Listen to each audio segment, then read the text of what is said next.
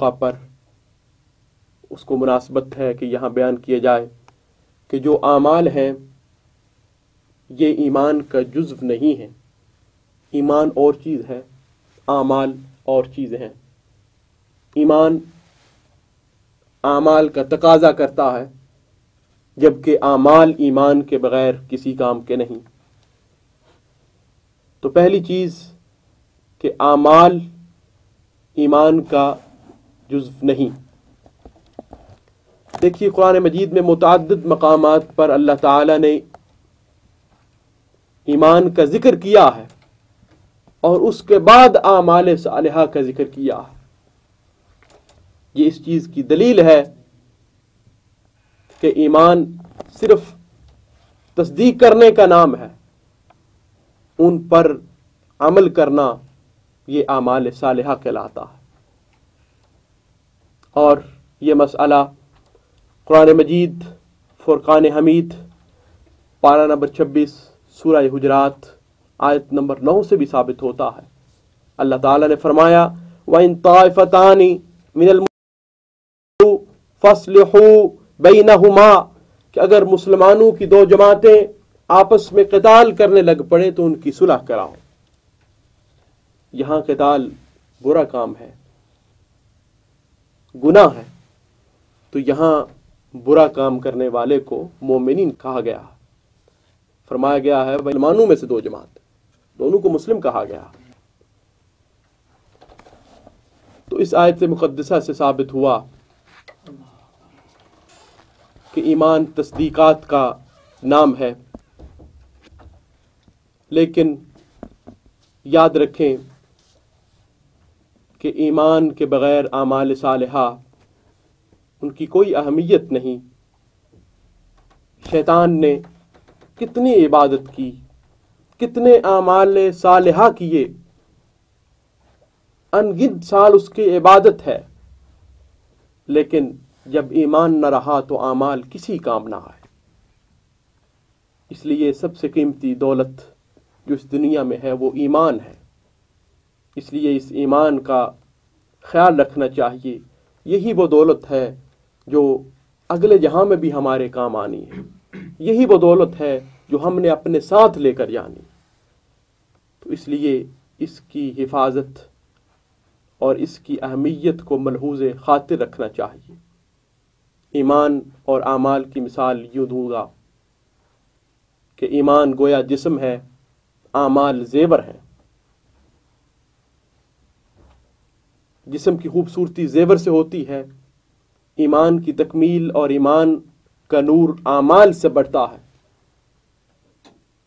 اور جس طرح زیور جسم نہ ہو تو زیور کا کیا فائدہ، اسی طرح ایمان نہ ہو تو اعمال کا کوئی فائدہ نہیں ہے. بلکہ حدیث مقدسہ میں تو ایمان کو درخت قرار دیا گیا ہے اور فرمایا گیا ہے کہ اس کی 72 شاخیں ہیں. گویا ایمان تنا ہے، اعمال اس کی شاخیں. تو حدیث مقدسہ میں ایمان کی 72 شاخیں بیان کر کے واضح کیا گیا کہ گویا یہ ایک بڑا بڑا گنا درخت ہے، بڑا سایہ دار درخت ہے. یہی وجہ ہے کہ اس دنیا سے جو پریشان ہوتے ہیں انہیں ایمان میں آ کر ہی سکون چین ملتا. یہی وجہ ہے کہ اس دنیا میں جو غم گسار ہوتے ہیں جب صحیح مومن بن جاتے ہیں خدا انہیں چین اور سکون اور عزت کی زندگی عطا فرما دیتا. تو ایمان کا یہ تقاضا ہے کہ جب ہم نے خدا اور رسول کے احکامات کی تصدیق کر دی ہے تو اب تصدیق ہی نہیں کافی، بلکہ ہم نے ان پر عمل بھی کرنا. اور عمل کرنے سے ہی ایمان کا نور بڑھتا ہے اور کمال ایمان کی جو شانیں ہیں، جو عظمتیں ہیں، پھر ہی وہ ظاہر ہوتی. یاد رہے کہ اگر ایک شخص ایمان لے آیا لیکن اعمال صالحہ نہیں کرتا تو کل قیامت کے دن اور قبر میں بھی اس نے اعمال صالحہ جو کہ خدا کا حکم ہے وہ نہ کرنے کی سزا لینی ہے اور ان کی سزا بھگت کر پھر وہ جنت میں جا سکتا. یعنی ایمان اگر ہوگا تو پھر جو گناہ کیے ہوں گے، جو بد اعمال کیے ہوں گے، ان کی سزا لے کر، چاہے یہ سزا ہزاروں سال پہ محیط ہو یا سینکڑوں سال پہ، یہ جتنی بھی ہوگی، سزا بھگت کر پھر وہ جنت میں جائے گا. لیکن اگر ایمان نہیں ہوگا تو جو ایمان سے محروم ہے وہ جنت میں داخل نہیں ہو سکتا. اس کے اچھے اعمال ریت کے ذرے ثابت ہوں گے، اور ایمان کے بغیر جو اعمال صالحہ ہوتے ہیں خدا تعالی دنیا میں ہی ان کا بدلہ دے دیتا، کل آخرت میں ان کا کوئی بدلہ نہیں. اور ایمان کی تکمیل کے لیے ایک چیز بڑی اہم ہے، بڑی ضروری ہے ایمان کی تکمیل کے لیے، اس کے بغیر ایمان کامل نہیں ہوتا. وہ چیز صحیح بخاری صفحہ نمبر 9 پر بیان کی گئی، کتاب الایمان میں. فرمایا لا یؤمن احدکم حتی اکون احب الیہ من والدہ وولدہ والناس اجمعین.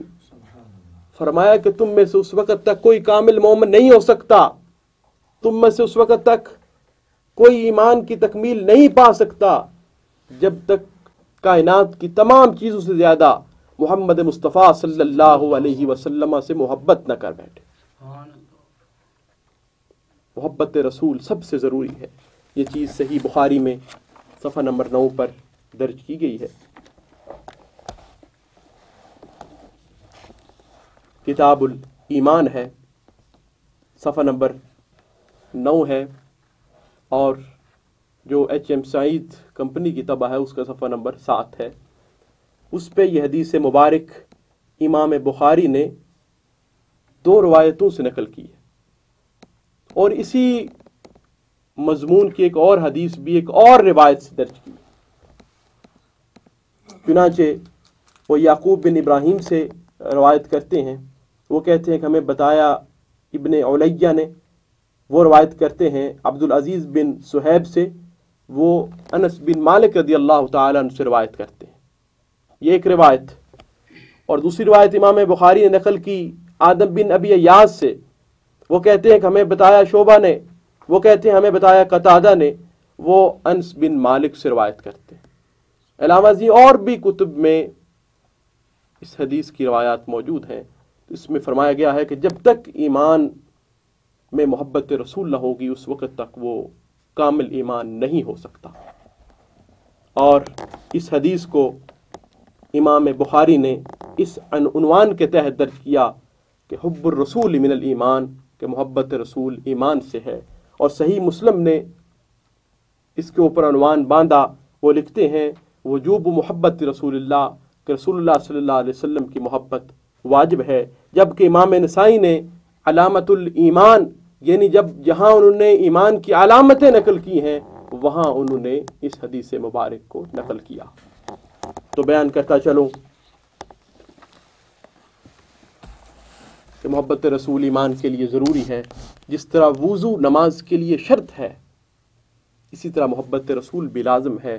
بلکہ میں تو کہوں گا وضو بعض صورتوں میں معاف ہو جاتا ہے، پانی نہ ہو تو تیمم سے نماز ادا کر لیتے ہیں، لیکن محبت رسول ہر حال میں لازم.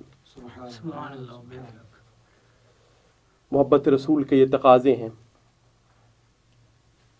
کہ جس طرح ہم خدا کا اقرار کرتے ہیں، اس کی صفات کو بھی مانتے ہیں، اس طرح جب ہم رسول اللہ کا اقرار کریں، ان کا کلمہ پڑھیں، ان کے رسول ہونے کی گواہی دیں، تو ان کی شان و عظمتوں کا بھی اقرار کریں. محبت رسول کا یہ تقاضا ہے کہ آپ کا ادب و احترام کیا جائے، اور محبت رسول کا یہ تقاضا ہے کہ آپ کی اطاعت کی جائے. اطاعت رسول بہت ضروری ہے. زبانی دعوے کام نہیں آئیں گے، بلکہ رسول اللہ صلی اللہ علیہ وسلم کی اطاعت جو ہے یہ بہت اہم چیز ہے. خدا تعالی نے فرمایا ما آتاکم الرسول فخذوہ وما نہاکم عنہ فانتہوا، کہ رسول اللہ تمہیں جس کام کا حکم دے وہ کرو، اور جس سے منع کرے اس سے رک جاؤ. تو محبت رسول کا یہ تقاضا ہے کہ ہم تمام معاملات میں آپ کی اطاعت بھی کریں۔ اس آیت مقدسہ میں اگلے لفظ فرمایا کلوا من طیبات ما رزقناکم، کہ جو ہم نے تمہیں رزق دیا ہے ان میں سے پاکیزہ چیزیں کھاؤ۔ طیب کیا ہوتا ہے؟ طیب وہ چیز ہے جو خود بھی اچھی ہو، اچھے ذریعے سے حاصل کی گئی ہو اور طبیعت کے موافق بھی ہو۔ سبحان اللہ۔ دیکھیں ایک بکری ہے، بکری کا گوشت ہے، حرام پیسوں سے وہ حاصل کیا گیا تو وہ حلال تو ہے لیکن طیب نہیں۔ تو خدا تعالیٰ نے فرمایا کہ وہ چیزیں کھاؤ جو طیب ہوں، اور ساتھ ہی طیب میں یہ چیز بھی سمجھائی کہ تمہاری طبیعت کے بھی موافق ہو، تمہارے لیے نقصان دہ نہ ہو۔ حلال ہونے کے ساتھ ساتھ یہ بھی ضروری ہے کہ وہ تمہارے لیے فائدہ مند ہوں، نقصان دہ نہ ہو۔ اس مقام پر عرض کرنا چاہوں گا کہ آج امت مسلمہ میں حلال و حرام، طیب اور غیر طیب کی تمیز ختم ہو چکی، جبکہ اگر ہم اپنی تاریخ کو دیکھیں، تاریخ کو ملاحظہ کریں، پرگردانی کریں تاریخ کی کتابوں کی، تو ہمیں یہ نظر آتا ہے کہ ہمارے جو بزرگ تھے انہوں نے بہت احتیاط سے کام لیا۔ انہوں نے ایسی چیز کو چھوڑ دیا جس میں کوئی شائبہ تک بھی ہو اس کے ناجائز ہونے کا، شائبہ تک بھی ہو ناجائز ہونے کا، اس کو انہوں نے چھوڑ دیا، ترک کر دیا۔ امام اعظم نعمان بن ثابت آپ کے متعلق آتا ہے کہ آپ کے شہر میں ایک بکری چوری ہو گئی، تو آپ نے بکری کی عمر دریافت کی کہ عموماً کتنی عمر ہوتی ہے، تو جتنا عرصہ اس کی عمر بتائی گئی آپ نے اتنا عرصہ بازار سے بکری کا گوشت لے کر ہی نہیں کھایا کہ کہیں وہ حرام کی بکری میرے حصے میں نہ آ جائے۔ یوں ہی آپ ہی کے متعلق ایک واقعہ ہے کہ آپ تاجر تھے، تجارت فرماتے تھے، تو آپ نے اپنے ساتھی کو ایک کپڑا دیا بیچنے کے لیے، اور ساتھ ہی فرمایا کہ جو گاہک آئے اسے بتا دینا کہ اس میں یہ عیب ہے، عیب کے بغیر نہ بیچنا۔ لیکن آپ کا ساتھی یہ بات بھول گیا، اور اس وقت میں ہزاروں دراہم کا وہ کپڑا تھا، آپ کے ساتھی نے عیب بتائے بغیر فروخت کر دیا۔ جب آپ کو پتا چلا تو آپ نے فرمایا جاؤ اس شخص کو تلاش کرو اور اسے بتاؤ کہ اس میں یہ عیب ہے، اگر وہ راضی ہو تو صحیح، نہ راضی ہو تو تم کپڑا اس سے لے لو، اس کی قیمت اسے واپس لوٹا دینا۔ لیکن ہوا یوں کہ کوششیں بسیار کے باوجود وہ شخص نہ مل سکا، تو امام اعظم کا تقویٰ دیکھیے، آپ نے وہ سارے پیسے جو ہزاروں دراہم پر مشتمل تھے، آپ نے وہ سارے کے سارے خدا کی راہ میں خرچ کر دی۔ سبحان اللہ۔ فرمایا ایسے پیسے میں اپنے آپ پر خرچ نہیں کر سکتا۔ تو یہ تھا ہمارے بزرگوں کا تقویٰ، یہ تھی ان کی احتیاط۔ لیکن آج ایسا دور ہے کہ حلال و حرام کی پرواہ نہیں کی جاتی۔ چنانچہ رسول اللہ صلی اللہ علیہ وسلم نے 1400 سال قبل ہی فرما دیا، بخاری شریف میں آتا ہے، صفحہ نمبر 276 ہے، حضرت ابو ہریرہ رضی اللہ تعالی عنہ آپ روایت کرتے ہیں، عن ابی ہریرہ رضی اللہ تعالی عنہ عن النبی صلی اللہ علیہ وسلم قال یأتی علی الناس زمان لا یبال المرء ما اخذ منہ ام من الحرام ام من الحرام۔ نبی پاک صلی اللہ علیہ وسلم نے فرمایا ایک زمانہ آئے گا کہ لوگ یہ پرواہ نہیں کریں گے کہ یہ حلال سے آ رہا ہے یا حرام سے آ رہا ہے۔ لہٰذا مسلمانوں کو یہ تعلیم دی گئی کہ وہ تقویٰ کا خیال رکھیں، تقویٰ کا دامن اپنے ہاتھ سے نہ چھوڑیں، اور طیب اور حلال کی تلاش اور طیب اور حلال کو کھانے کے لیے جستجو کریں، اور جو اس کے مخالف چیزیں ہیں ان سے ہر ممکن بچنے کی کوشش کریں۔